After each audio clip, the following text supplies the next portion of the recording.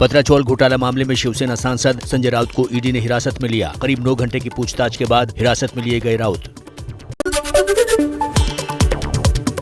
ED की हिरासत में लिए जाने के बाद बोले संजय राउत, ये सब महाराष्ट्र और शिवसेना को कमजोर करने के लिए किया जा रहा है, लेकिन हम झुकेंगे नहीं।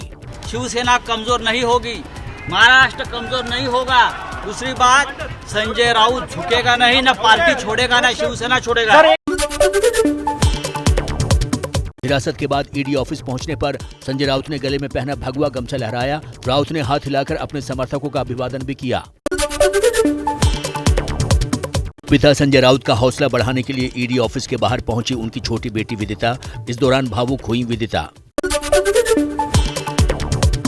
मुंबई में ईडी ऑफिस के बाहर शिव सैनिकों का प्रदर्शन। महिला शिव सैनिकों ने संजय राउत के समर्थन में जमकर की नारेबाजी। आगे बढ़ो, हम तुम्हारे साथ हैं। मुंबई में शिवसेना सांसद संजय राउत के घर ईडी का छापा। पत्राचौल घोटाले में छापेमारी। घर के बाहर समर्थकों ने किया हंगामा। मुंबई में शिवसेना सांसद संजय राउत के घर सुबह 7 बजे पहुंची ईडी की टीम। घर की तलाशी ली, दस्तावेज खंगाले। संजय राउत के दादर स्थित कोर्ट गार्डन अपार्टमेंट के फ्लैट पर भी ईडी की छापेमारी। 25वें फ्लोर पर छानबीन। पिछले दिनों ईडी ने इस फ्लैट को जब्त कर लिया था। ईडी के एक्शन पर बोले संजय राउत, मैंने कोई घोटाला नहीं किया, किसी भी कार्रवाई से नहीं डरूंगा। संजय राउत के घर ईडी की छापेमारी पर महाराष्ट्र के सीएम एकनाथ शिंदे ने कहा, अगर बदले की भावना से कार्रवाई होती तो राउत को कोर्ट से राहत मिल गई होती, इसलिए हमारी या बीजेपी की तरफ उंगली न दिखाएं। नाही, काय कारवाई चौकशी चालू आहे ना, अटक होती। आता मला नाही माहित अटक, मी काय तिकडे अधिकारी नाही आहे, त्यामुळे ते ईडीची चौकशी सुरू आहे, त्यांची चौकशी होऊ द्या आणि बघा, ते तर म्हणालेत ना मी काय केलेलं नाही, तर कर नाही, त्याला डर कशाला असली पाहिजे। संजय राउत पर ईडी की कार्रवाई पर एनसीपी नेता अजीत पवार ने कहा, एजेंसियां शिकायत मिलने पर जांच करती हैं, लेकिन राउत के मामले में ये बार-बार हो रहा है, इसलिए इसके पीछे की सही वजह वही बता सकते हैं। शिवसेना प्रवक्ता आनंद दुबे ने ईडी की कार्रवाई की निंदा की। कहा, जब राउत ने लिखित में ईडी को बताया कि संसद सत्र चल रहा है, समय मिलने पर आऊंगा, तो फिर एक्शन क्यों? पता नहीं क्या आनंद फानंद में यह फैसला लिया गया। 10-10 ईडी के अधिकारी किसी के घर में आ जाते हैं सुबह 7 बजे। देश में हजारों लोगों पर ईडी के केसेस चल रहे हैं, उन्हें समन्स भेजे जाते हैं 2 बार, 4 बार, 10 बार, लेकिन ईडी किसी के घर में चली जाती है, ऐसा होता नहीं। ईडी के छापे पर कांग्रेस ने कहा, जांच एजेंसियों का गलत इस्तेमाल हो रहा है, विपक्ष संघर्ष के लिए तैयार है। इस देश की जनता जानती है कि क्या सच है और क्या झूठ है, तो इस तरह का जो वेंडेटा पॉलिटिक्स जो है उसको हम नकारते हैं, सिरे से ठुकराते हैं और हम संघर्ष के लिए तैयार हैं। बीजेपी नेता किरीट सोमैया का संजय राउत पर जोरदार हमला। बोले, दुबई में राउत किससे मिलते थे, ये सब चीजें बाहर आएंगी तो उन्हें आर्थर रोड जेल में नवाब मलिक का पड़ोसी बनने का सौभाग्य मिलेगा। दुबई में संजय राउत किससे मिले थे, ये सब चीजें जब बाहर आएगी तो मुझे विश्वास है आर्थर रोड जेल में नवाब मलिक के पड़ोसी बनने का सम्मान संजय राउत को मिलेगा।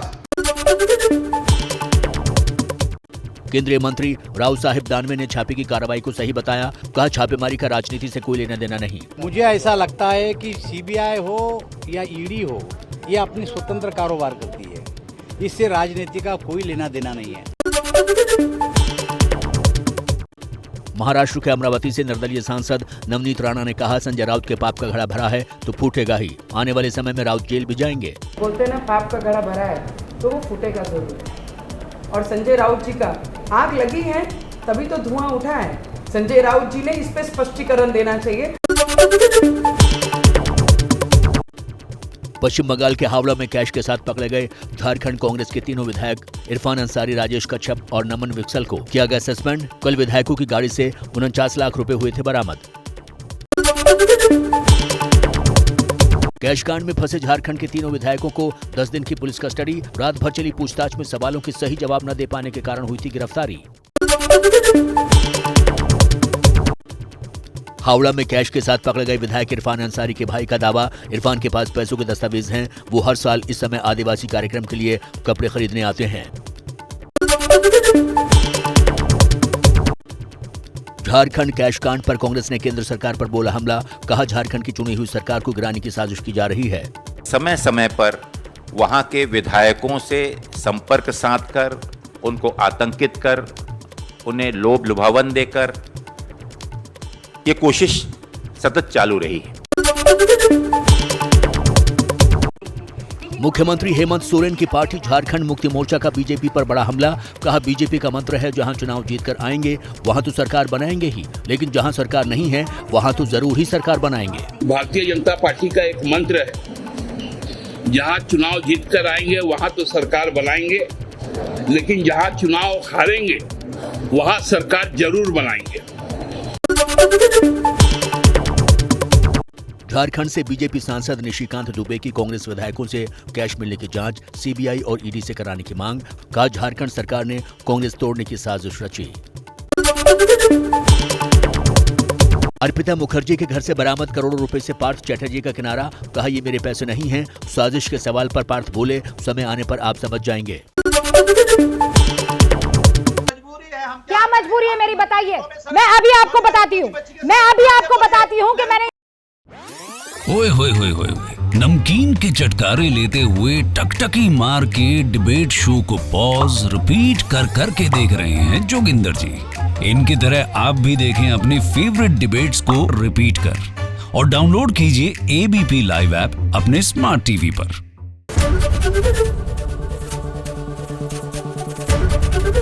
एबीपी न्यूज आपको रखे आगे।